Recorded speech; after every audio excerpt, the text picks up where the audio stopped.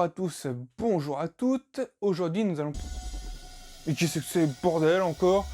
Pourquoi on m'interrompt? Non, surtout, ne finis pas cette intro. Bah pourquoi? Parce que si tu finis cette intro, voilà ce qui va se passer. Tu vas kiffer. Bah, c'est cool, du coup. Ouais, c'est cool. Mais ce n'est pas tout. Si tu fais cette intro, tu vas mettre tellement d'énergie dans le scénario de cette intro, les effets spéciaux et le montage que tu vas être super épuisé. Et Mhm. tu vas revenir à ce moment pour annuler cette intro. Mais du coup, ça a marché ou pas? Bah... Si je suis là, tu te doutes bien que ça a pas marché. Ouais, donc, du coup, je peux continuer. Non, mais t'as entendu ce que je viens de te dire ou pas? Oh, et puis fais comme ça valait bien le coup de me couper pour faire cette intro.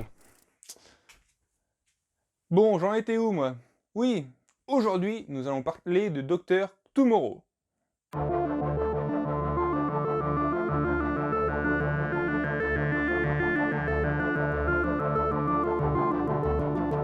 Alors, ce comics a été écrit par Alejandro Arbona, qui a également travaillé sur le comics Love is Love et également édité chez Bliss Edition.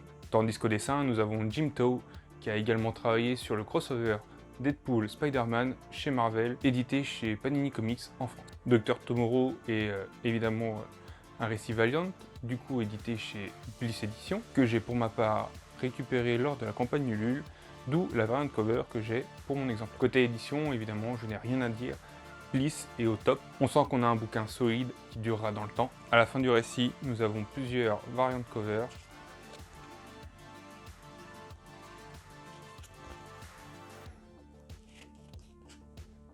Ainsi que des planches en noir et blanc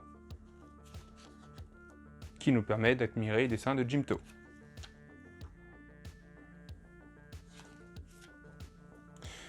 Et comme à l'accoutumée, en fin de tome, nous avons plusieurs récits Valiant proposés par l'éditeur pour nous plonger un peu plus dans cet univers.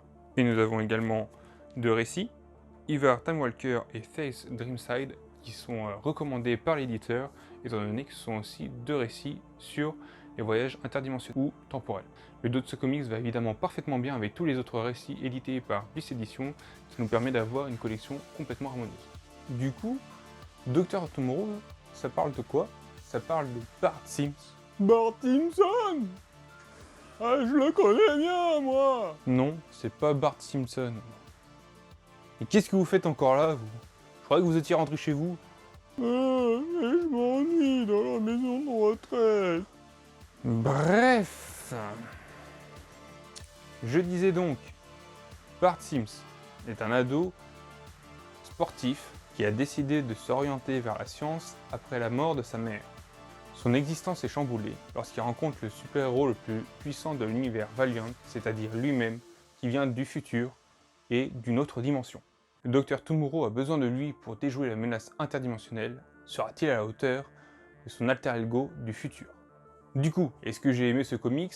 Oui, non, et pourquoi? La réponse, elle est simple. J'ai adoré ce comics avec quelques petits points négatifs sur la fin. J'explique tout de suite pourquoi. J'ai adoré ce comics parce qu'il est accessible pour tout le monde, même si on ne connaît pas l'univers Valiant de base. On a une histoire de voyage temporel et dimensionnel qui reste simple et compréhensible sans partir dans des explications extravagantes.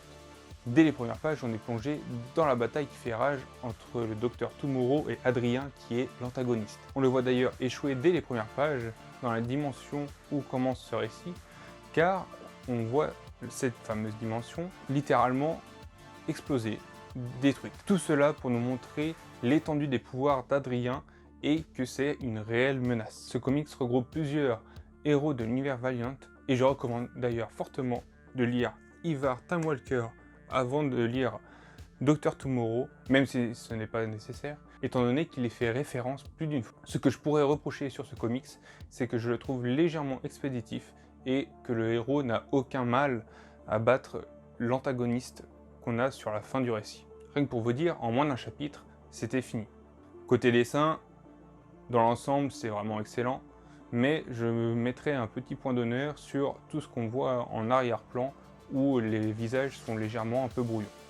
Du coup, si je devais résumer ce récit, ce comics est très bon dans l'ensemble, avec une menace réelle tout du long du récit, graphiquement c'est vraiment excellent, mais je regrette quand même la fin un peu expéditive. En conclusion, je recommande fortement le comics Dr. Tomorrow. Il est accessible pour tout le monde, même s'il y a quelques références de l'univers Valiant qui est présent, mais les références ne sont pas essentielles pour la compréhension du récit. Le gros point fort est que le récit est complet, il n'y a pas de tome 2, tome 3, c'est un récit complet en un seul tome que vous pouvez trouver partout en librairie dès maintenant. Voilà qui va conclure cette vidéo. Laissez-moi en commentaire si vous avez lu Dr. Tomorrow, dites-moi si vous l'avez apprécié ou non, pourquoi. Sur ce, je vous souhaite une bonne fin de journée ou une bonne fin de soirée en fonction de l'heure à laquelle vous regardez cette vidéo. Je vous dis à la prochaine. Ciao!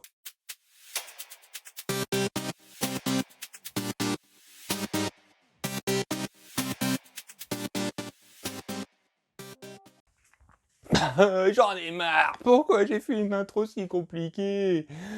Je vais retourner dans le passé, tiens, pour essayer d'annuler ça.